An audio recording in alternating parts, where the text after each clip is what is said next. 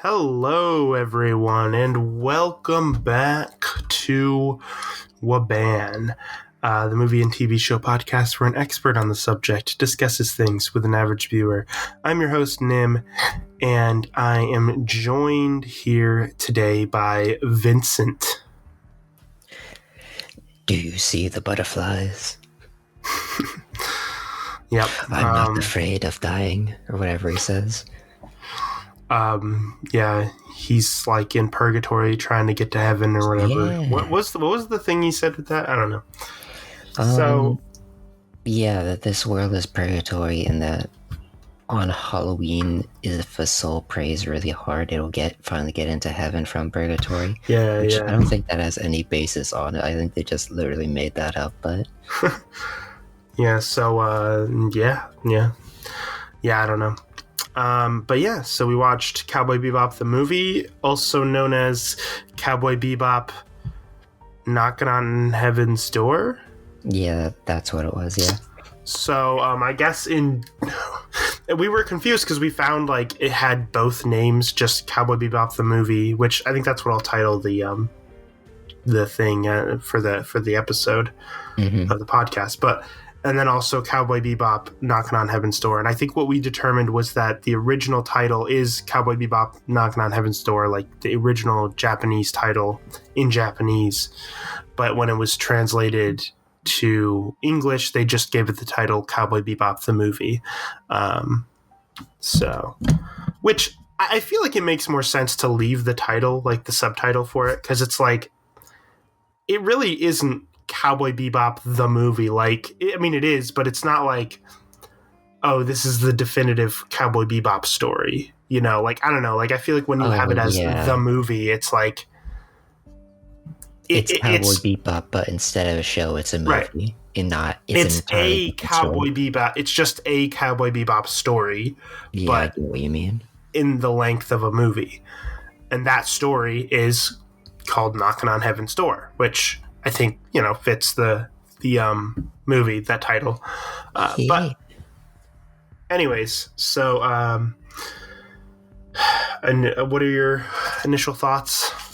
I really enjoyed it. I got to finally hear one of my favorite quotes of all time. Yes, so what is that quote? You've been mentioning it since we started Cowboy Bebop.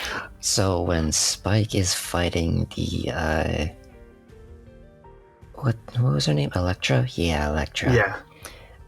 For the first time in like the base or whatever it is, the police station or whatever.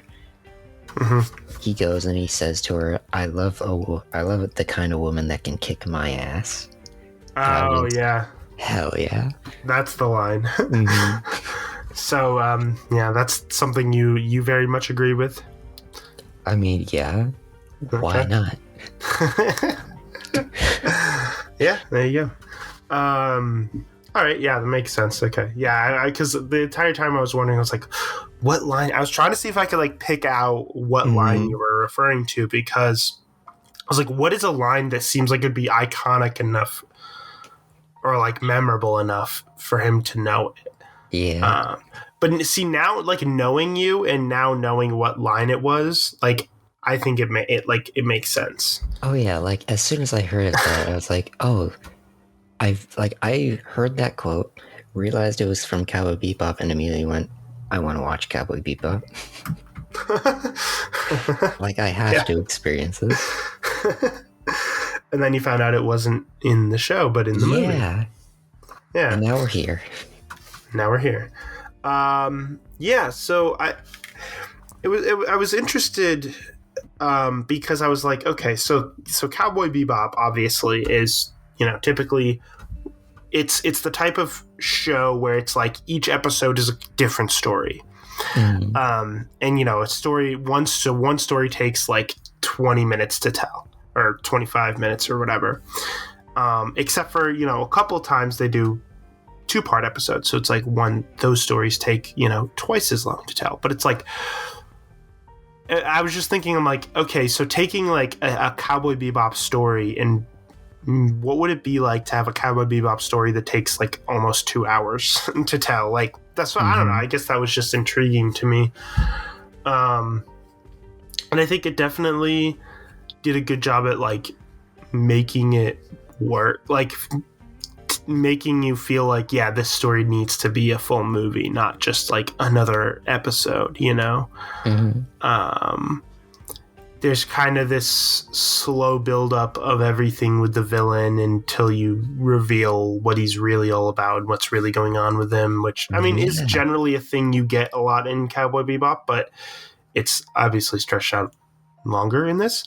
But not to that's not to like a bad extent where it's like, it doesn't feel like it's over long, you know?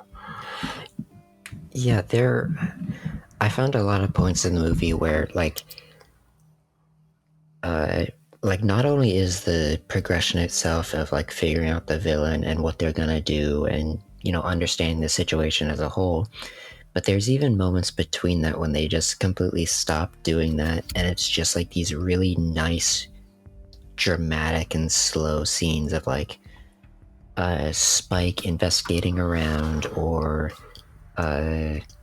Faye following that truck to find that hacker, and just like, this doesn't add anything to the story, and it's just, or, well, it kind of does in a way, but it's just like these slow, graceful, really it's like the scenes could be quicker, but they're not, because it's like it's taking its time. Whereas like in this nice little picture for you. Yeah. Well, right, because this is a movie and they are able to take more time with it. So instead of like an episode of the show, I think it. You know, whenever you make a movie based on a show, I think you always run, especially like, you know, it's a couple years after the show came out and stuff. You run the risk of it not quite feeling like the show or like hitting, but I think this it did a really good job at feeling like just an extra long episode of the show that had a bigger budget in the animation department, because you can tell the animation is like improved. I mean, which happens a lot with like movies based on shows, is like for the movie it gets a bigger budget, so the animation is like better, but it's like, it makes sense, like the animation still looks like it's the same style but just better, you know. That's kind of the general thing. But yeah, I think it did a really good job at just kind of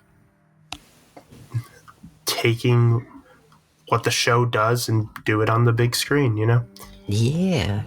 I honestly really enjoyed a lot of those really slow, like no dialogue scenes of just, it's a bunch of shots of Spike's ankles as he's walking away or going through this little section of the city and trying to find this one guy. I mean, I think the animation is just good enough, and like looks like the shots are just really well done and well drawn. They look so good that it's okay to like kind of hold on some of these shots, you know, for a little bit longer, because it all looks really good. I mean, and the show looked really good too, but you know, it's like you're able to, I feel like you're able to more appreciate it a little bit more in this, because you're able to kind of hold on things a little bit longer. You're able to like really ease your way into the world a little bit longer, instead of just, you know, in the show, it's like you're there, they get the story going, they tell the story, and then you're done. It's like, you know, you only have this much time to tell one story, which works really well with the show, and it creates sort of a nice fast energy to the show, but it's nice to see it be able to take its time a little bit more and see it be able to show off all the animations just for that much longer, right? And I think as you know, because of that, I think they're able to create one of the most memorable Cowboy Bebop villains too, because they're able to take their time with it, with building him up. You know, like he has essentially probably close to the same amount of story. Like there's like the amount of the length of this movie is probably about close to, if not more than the same length of episodes that had Vicious in them. You know what I mean? Like, so, you know, it's easy to make him a very, like, I feel like Vincent now to me feels like a very iconic Cowboy Bebop villain. Like he's one of the big ones, you know? Well, yeah, the only difference between him and Vicious right now is Vicious is part of Spike's backstory. So, of course, he's more important to Spike, but to everybody else, Yeah. like, he's basically equal. Yeah. Yeah, exactly. So it's yeah. Yeah, and then I think the whole so I was trying to figure out, so I guess the idea was that this guy had the like vaccine or whatever to help him from the thing, so he couldn't die from it. But there was something about how he wanted to die but he couldn't. I wasn't sure, but he could die like a normal person. It's just he couldn't die from the... Yeah. Apparently part of the vaccine that was in his blood that he at some point gave to Elektra and then gave to Faye on screen was that he couldn't die, like, at all. Because remember, he blew himself up with a grenade point blank, just holding it in his hand, and he was fine. Yeah. I assume what happened at the end when he did die is that the vaccine derived from Elektra's blood that was in the atmosphere at that point, like, cured him of both the virus that he developed and the antivirus in his blood, and so he was able to die. That makes sense.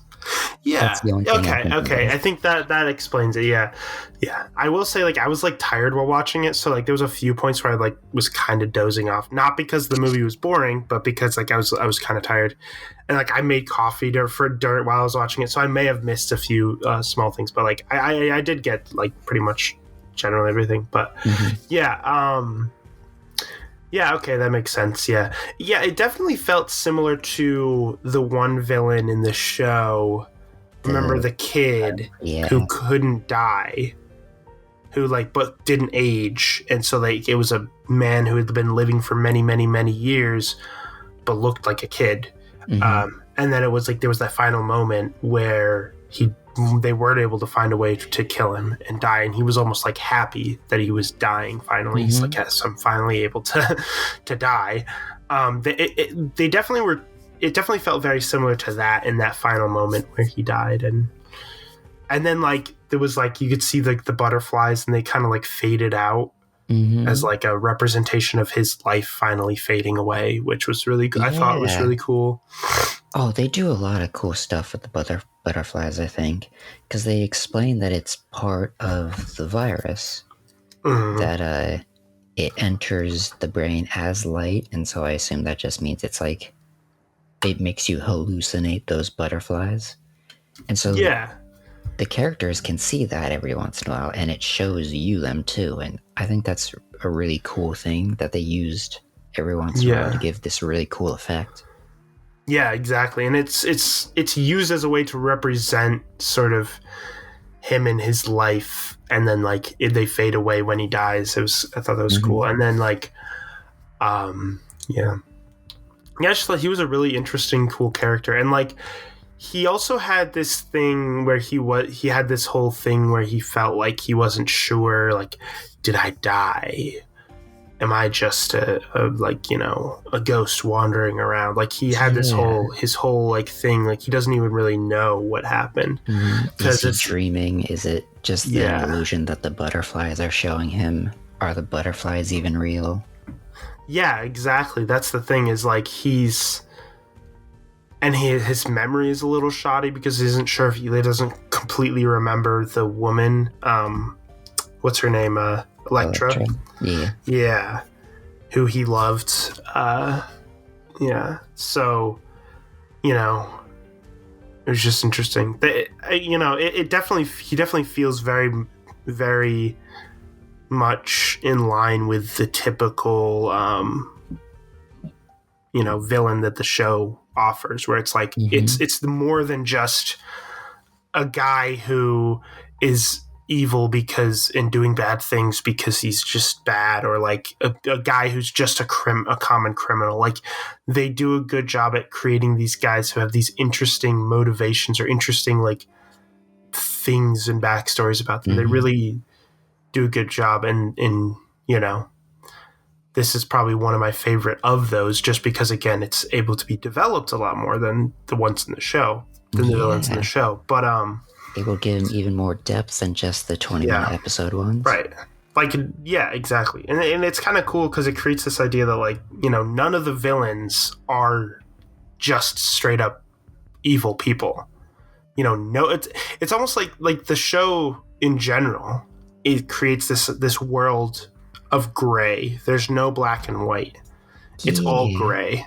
It's which definitely really fits the sort of film noir style they go for a lot of times in the show, which what the whole point of like a lot of those classic like film noir things is like, oh, even the heroes are a little bit, you know, not always good, and like it's always kind of like there's more gray. It's not just black and white. But yeah, they do a really good job at that, which also fits kind of the sort of cowboy thing too, right? Because the whole thing of like westerns is like this similar idea of like, oh, there's no, like, none of the, even the main character isn't completely good. Like, you know, like earlier on our podcast, we watched The Good, the Bad, and the Ugly, classic Western, you know, like the main character, the good, isn't really completely good, you know? So that definitely, that whole idea of like every character kind of being a mixed bag of good and bad things fits very well with the whole idea of the cowboy thing. And like, you know, bounty hunters are cowboys, maybe partially because of that, you know, reason. So yeah, like, which I always thought that was an interesting thing. They made it the, like, you know, thing about it makes sense, right? Because a big thing, or at least it's made as a big thing in media, that cowboys, like, you know, hunted for bounties. You know, that was a thing, you know, wanted dead or alive, all that crap. Yeah, well, it makes sense. Yeah, I mean, technically speaking, a cowboy was somebody who herded cows across the country, traveled across the West, you know, herding cows. But then the name sort of stuck and became this sort of grew beyond that and became this thing that's synonymous with just like people traveling the West and like, you know, outlaws and all this other, you know, stuff, you know. And so the term cowboy has sort of just grown beyond that, even to the point where in this universe, like many years later, when there are no more cowboys technically, the term still continued to be used as not just what a cowboy originally was, but what, you know, the idea of a cowboy was, which is like these like people roaming around, traveling everywhere, you know, searching for, you know, searching for fortune or like searching for bounties and stuff. Like it just ended up fitting that really well, which I think is really cool. You want to talk about the whole virus thing? Sure. Well, first of all, there's the whole thing of him putting it in marbles and then playing. He called it Sudoku, but I don't think that's Sudoku. Yeah, I was gonna say maybe at least that was not like what we know as Sudoku. Well, that's what I'm thinking. I was like, maybe it was just translated wrong. Because I've played that game before. I don't remember what it's called though. Yeah, it was like, so I remember playing something with marbles similar to that. It was called like Chinese checkers or something. I don't know, but like, yeah, I don't know. Maybe it is a Japanese game or something that, and just the way it was translated happened to be translated into Sudoku in English. I don't know. I thought that was weird too. I was like, Sudoku's a card game. It could be that kind of thing of like. Or no, not a card game. Sudoku's a numbers game. Yeah. Did he say no? He said solitaire. He called it solitaire. Did he call it solitaire? I thought so. I remembered it. I don't know. Either way, he Whatever. called it a game that starts with an S and an O. It Or no, an might have S. been the kind of Starts with an thing S. that Sorry, happened not S. in early Pokemon show, when Brock calls the onigiri a jelly donut, like this little rice ball. It's like, wait, that's not a jelly donut. Oh yeah, just terrible localization. However, that's not the point. The point is, it's interesting that he does that and then uses it as a weapon, like as he's playing a game with them.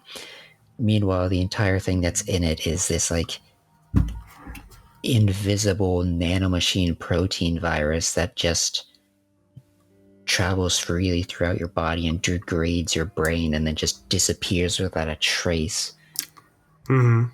And it just spreads through the air and through touch and all of it, so it's just unstoppable. Yep, until they're able to spread the vaccine everywhere. At the end. Yeah. Oh, that was also an interesting thing, because at the beginning, Jet's lecturing Spike about, you have to think 100 moves ahead, and then you have your plan. Well, Spike is just going on instinct. And at the end, he makes this whole plan of, get a bunch of planes to spread this around and make it rain so that it spreads even faster. And that way, no matter how much is released, you're fine. Yeah, and he literally like says to Jet, he's like, what are you doing? I'm thinking 100 moves ahead. Like he literally references that earlier, and I'm like, yep. Which I mean, that little conversation right there does kind of define the difference between the two characters pretty well. Of like, Jet is the one who's more will like think about things before going in more, and then which we've mentioned this before, Spike's the one who's just like, let's go, like we're just gonna jump in head first, like ready to throw fists. Yeah, I always go back to the moment where they're like, you have to fly up to this satellite that's going to be shooting at you with other satellites manually. And just like, no way, that's impossible. And Spike's just like, hell yeah, this is what I'm here for. Yeah, exactly. Well, and like, there's a reason that Spike is the one who gets shot way more than the others. Yeah. Like, the amount of times in the show where he's just, at the end of the episode just ends with him bandaged up, like, completely. Like, it happens even in this movie. Yes. Exactly. Yeah, no, I love that. I'm trying to think what else to say. Oh, I do want to say, like, I did really like the opening scene as well. Oh yeah, where with the introduction to the character, it was just the nice little introduction to the characters for the movie, where Spike and Jet took out those guys who were robbing that place. I love Spike's little like walking in casually with his headphones on, ignoring the guys shouting at him, and then just ask him how much this little like party popper was before popping in his face as a distraction. Yeah. Then him gambling with that one woman's life. He's just like, she could have gotten killed. I want to say that was like part of his little like instinctual plan of being like, oh yeah, act like the hostage is nothing, so that he turns the gun on me and I have the leeway to shoot with that. Yeah. But maybe not. Yeah, I feel like you never know with Spike. He's just kind of, he's pretty wild. He just goes in, guns blazing. He's a real space cowboy. See ya, space cowboy. Yeah. Oh, one thing I will say though, this movie continues the whole thing of like, the fact that Ed is not that important of a character. Yeah, kinda. Like, she helped out through finding the dude and figuring out the marble and doing some hacking. Like, that's the thing. Ed helps the team with like hacking and little things like that. But like, as a character, Ed doesn't really add much to the story, right? Like, it's just kind of like it adds like maybe a kind of, I don't know, just adds that sort of unique personality that she has and stuff like that. So she adds like a certain extra personality to the show, and does help the team a little bit, but never is like super important to the show or this movie. Mm-hmm. Just kind of like there, because honestly, her and Ein fill the same gaps, because like Jet can for the most part do all like the mechanics and a good bit of hacking stuff even, and Spike and Faye have combat and infiltration stuff down. Yeah, so it's like you could easily you could easily cut those characters out, and you could still have essentially the same show. They just exist as like Ed as like, oh, here's the, if they need information that they might not be able to get, Ed can get it. And Ein is just like, oh, if you need just any reason at all to give the characters a hint towards anything, Datadog Ein, who is apparently like hyper intelligent, can just point their nose out at something. Yeah. Well, it's always, good to have like a cute animal sidekick too, Oh yeah. Like I don't, it's like Ein is kind of like, to this show, to Cowboy Bebop, what Momo is to Avatar. Mm. Not really important to the story, but just adds like just adds an interesting new kind of aspect to it. You know what I mean? It's just nice to have. It's like a nice little animal presence that's just there, and it's just nice to have. Like adds to the aesthetic of it and adds to the similar kind of thing, I'd say. But because it's funny, because like in Avatar, for instance, like Momo is just randomly in the background of like every scene, just doing something random or hanging around or whatever. Yeah, pretty much. But yeah, because I mean, you think about it realistically, you could cut those characters out of each show and it really wouldn't change anything.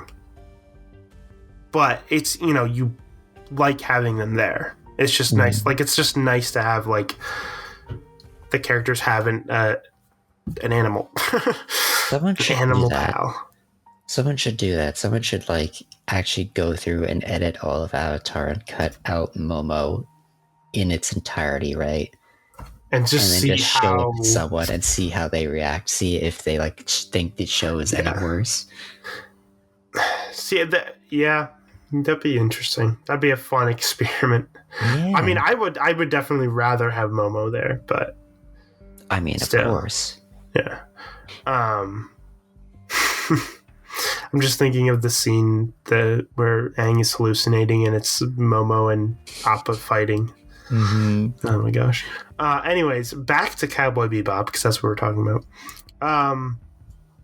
Yeah.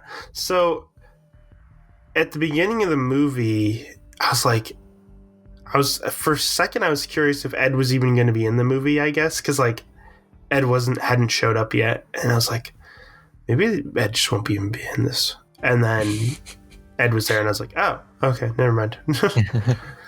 Guess she is. So we know for a fact that this takes place after the episode where Ed joins the crew. Right. But obviously before the last 3 episodes of the show. Mm-hmm. Because the third to last episode is when Faye like leaves, and then Ed and Ein leave. So. Right. I'm trying to think if there's any other indications, but I don't think there is, like, at all. Of, like, when it is, yeah. I mean, that's the thing, is, like, the show is so episodic. Mm-hmm. Or, wait, is that right? I think yeah, episodic. Right. Yeah, that's the right term. It's so episodic. Yeah, because if it's serialized, means that it's, like, a continuing story each week, yeah.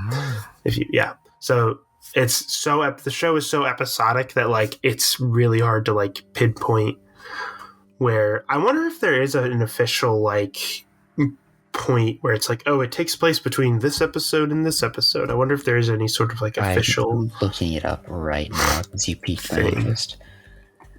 Yeah. Cowboy Bebop movie. God, how do I put this? Chronological order? Like, what do I want? Like, when does the movie take place? Just, yeah, like on the timeline, I guess. But yeah, so, yeah.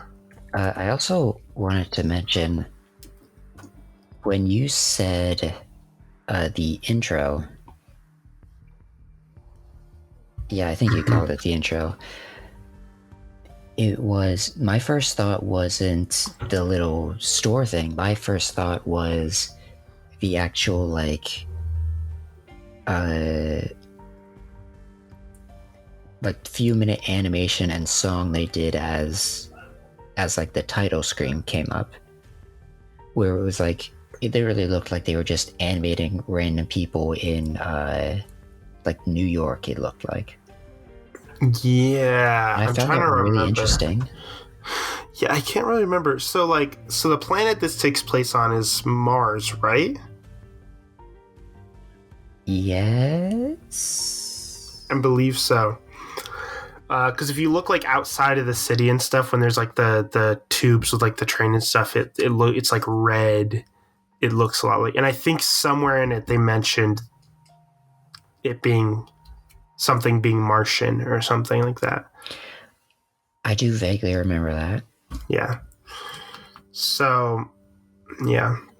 Like, that's one thing you always have to think about with this show. Like, you're on a planet, and even if it looks like it could be Earth, you have to remember, oh, wait, that's not Earth. Right. Earth is this is like planet. Right, because Earth is the backwoods planet that's, like, all destroyed and just kind of ruins, and, like, only poor people live there.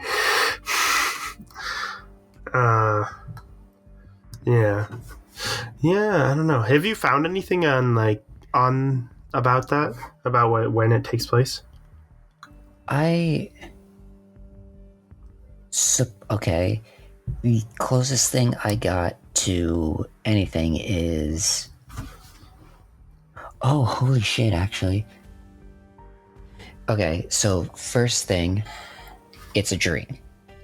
Possibly. Oh, the whole thing is possibly a dream. Maybe.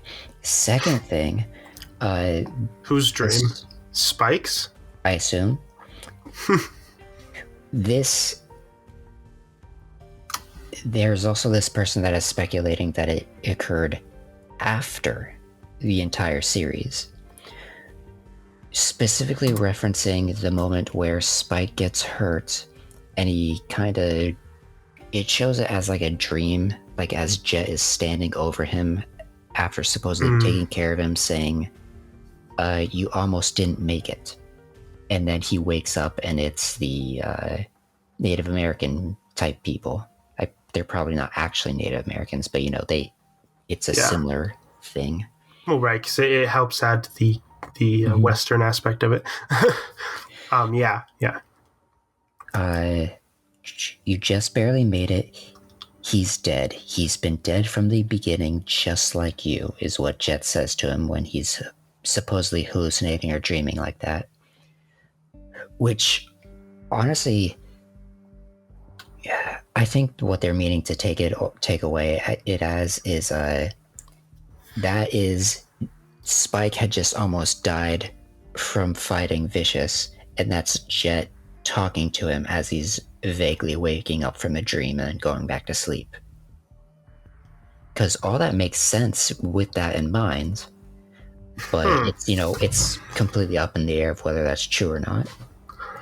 Yeah, that's interesting. I don't know. See, when it comes to like theories like that, like I don't really like theories that are like it's all just a dream, because it just kind of like invalidates the story. Like, oh, the story doesn't matter, the whole thing doesn't matter because it was just a dream. Like, I don't really like those theories, Oh yeah, I get that. Yeah. I do kind of like this one though, because it implies that Spike is still alive. Yeah. I mean, I like that part, but that part of it. But yeah. But yeah, no, like, because there's theories like about like they're like, oh, what if what if like Harry Potter ended like this? And like, oh, there's theories that like all of the Harry Potter series was a dream, and he's gonna wake up as still just like a kid, an 11-year-old kid, living in the cupboard of his terrible aunt and uncle's house. Which I don't know how much you know about Harry Potter, but basically that's how it starts. Like his aunt and uncle hate him. He lives in like under the stairs or something. Yeah. And it's like, and then like he finds out that his parents were wizards, and he goes to Hogwarts and everything, and it goes from there. And there's like theories like, what if it was all a dream, and like he woke up and he just had this crazy dream and he's still living under there? And I'm like, why would you? Yeah. First off, there's no basis for the theory. Second off, why would you want that to be true? Because that just sucks, and it makes the whole series like, it makes it all feel like pointless. Like, it was all just a dream. Okay, whatever. Yeah. It's been a dream. It didn't matter at all. It's completely invalidated. Like I never understood theories like that. Like why? Yeah, it's weird. But yeah, but I mean, I can see where the evidence for that is, but I mean, I guess it would somewhat fit with the themes of the movie too, so I guess I can see where that would. True. The name itself, knocking on heaven's door, even knocking on heaven's door, like he's almost dead but not quite. And then Vincent was talking about how like he's not sure if he's in a dream or not. Like maybe he died and he was just, in death is like sleeping, and he just continued to dream, and when he was dying, and so like there are definitely. With this, I guess this is something where that type of theory I think fits better, at least because it fits in with the themes of the movie and stuff. Now something like the Harry Potter one, like that wouldn't fit at all. So I'm like, you're stupid for. Oh yeah. Like there's little like there's like videos where it's like, what if the Harry Potter series ended like this, and it shows like the last like shot of Harry Potter when they finally like defeat Voldemort and everything. Spoiler alert, they defeat the villain. I know. So, and then all of a sudden and then it cuts to like a scene from the first movie, Harry waking up under the stairs. And I'm like, no, that would not be a good way to end the movie. No, that'd be so dumb. That'd be so dumb. But like, yeah, it wouldn't, but like, I guess with Cowboy Bebop, the movie, at least it would fit in with some of the themes and ideas of the movie. Yeah, if it were true. Thinking it over. But but one thing I will say is I think it's one of those things where I don't think there is a definitive answer. There's, maybe it was, maybe it wasn't. I think you're not supposed to know. It's like one of those, like, because in the movie, he doesn't know. He's not sure. Vincent's not sure if it is or not. And it's supposed to kind of make you question it. Which that's kind of the themes, yeah. And then there's also the idea of like, if something was a dream, what makes it less real than reality if it feels real to you? Oh yeah, the whole Matrix thing. There's that whole idea too. So that can kind of add, which these are all definitely ideas that are that are brought up in this movie. So it could make sense. But again, it's one of those things where it's like, maybe that was a thought process that the filmmakers had, but even the filmmakers didn't know. Right. That's something I would like to think is like, and that's the way it is with a lot of movies where it's like they end and they're like, they don't know. Like, are they in a dream or are they not, I do like the idea, though, because I keep thinking it over in my head, and I'm like, oh, it makes sense that Spike would dream up Elektra for many reasons. It makes sense that he would dream up Vincent, because Vincent would be like his reflection, doesn't fear death just like he doesn't, and doesn't know whether he's dreaming or not. Just like it'd be his way in his dream of trying to figure out whether he's awake or not by creating this character that's like a mirror version of him that's going through something similar. Yeah, that is actually interesting. See, like, I think when you first mentioned it, I was like, I don't know if I like that. But then, like, the more you're talking about it, I'm like, okay, I can see that. Like, Right? I think it fits mainly because of this specific story, the themes that are brought up, the way it's presented, and but it's also, again, one of those things where it's like, maybe he is, maybe he isn't. Yeah. It doesn't, it's kind of interesting. So it's actually better that there's no definitive answer of when this takes place. Because if it was a definitive answer, like, oh, it takes place between this episode and this episode, well, then you just kind of ruin the illusion. That theory. Yeah. Right. There's no theory about, like, oh, yeah, he's alive. This is really happening. Okay, cool.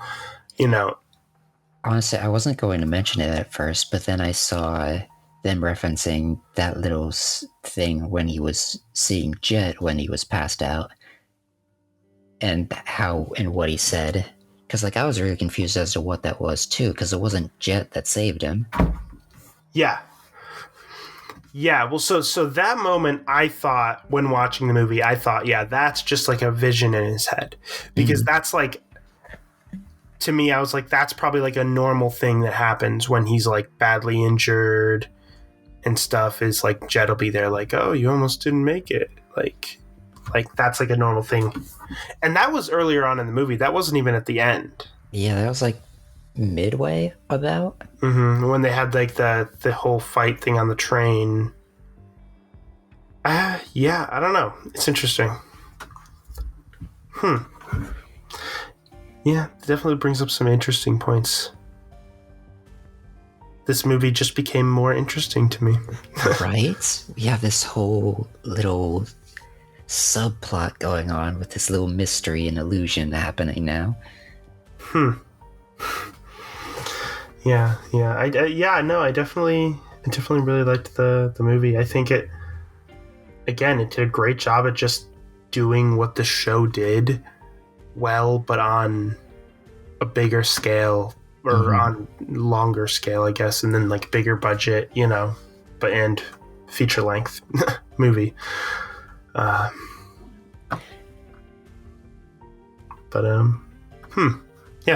I definitely like some of these theories, though. These interesting things. I don't know if I have a lot more to say about the movie overall, though, unless you do. Really enjoy that quote. Can't say that enough. But yeah, that's it. Yeah, all right. Yeah, so that's about all that we have to talk about now. So, next week we are going to be talking about another TV show. So the next TV show we're starting is going to be the Justice League. So one of my childhood favorites. This might be one of the shows I watched more times than any other when I was a kid. I don't know. Me and my brothers had the first season on DVD, and we rewatched it a lot. So yeah, so the Justice League. I haven't seen this show in a long time, so it'll be really cool to rewatch and for you to actually see. Have you seen any of it before, do you think? Or chances are, with most of those like DC animated stuff, I watched it when it was airing on TV, but I never caught it consistently, so I only got a few episodes here and there. Yeah, because this aired... Well, season 1 aired on... I mean, they aired on Cartoon Network when they were on, I'm pretty sure. This season... The first season was 2002. So, if that helps you. Oh. But yeah, so you would have been very young when the first season came out. But... And maybe I'm thinking of a different one. But maybe not. It might be this one, because, I mean, I don't know how long they would have played reruns of, like, the seasons, so... until, because it was a while before the show was actually finished. I think it Justice League so there was the two shows. There was Justice League Unlimited. I think Justice League Unlimited finished closer to like 2005, 2006 ish, maybe. I don't really know for sure, but so we're gonna talk about the Justice League. We got into talking about DC because I recently watched the Batman, and which I really liked, actually, by the way. And it got me talking about Batman and Batman the Animated Series, and then Justice League, of course, and the whole DC animated universe from the 90s and early 2000s, from that time period. So we're gonna do the Justice League. So I'm actually really excited about that. Anyways, that's about all. So thank you for listening. You can listen to a new episode of the podcast every single Saturday at noon Eastern Standard Time. So next week at noon Eastern Standard Time, you'll be able to listen to us talk about the Justice League. You can also listen to the podcast on many different audio platforms, including things like Apple Podcasts, Spotify, all those kind of locations. And you can also listen to it on our YouTube channel, which is called WABAN. There's a link in the description to that. We have the podcast on that channel, and we also have some gaming videos that we've been doing. We're almost done uploading the Portal 2 videos. And then we'll move on to a different video game series. So far, we've only done Portal and Portal 2, but we'll be moving on to something else soon. So that'll be exciting. And you can also check out my YouTube channel if you'd like. My YouTube channel is called Nim TV. I think the next video I'm doing might be a trilogy. So I have a series called Trilogy Time where I talk about movie trilogies. Interestingly enough, yeah, I know. The title of the series doesn't give it away. In the next video I'm doing, I believe, is going to be a Trilogy Time on the Dark Knight trilogy. Because I've been recently watched the Batman and got into Batman, so I'm probably going to rewatch that trilogy and make a video about it soon. So definitely check out my channel for that. There will be a link in the description to Nim TV as well. Anyways, thank you all for listening to WABAN. I have been Nim. And I'm Cub. Goodbye, everyone. See ya, Space Cowboy. Yeah, see ya, Space Cowboy. Yeah, I just thought of that. Goodbye. See ya, Space Cowboy.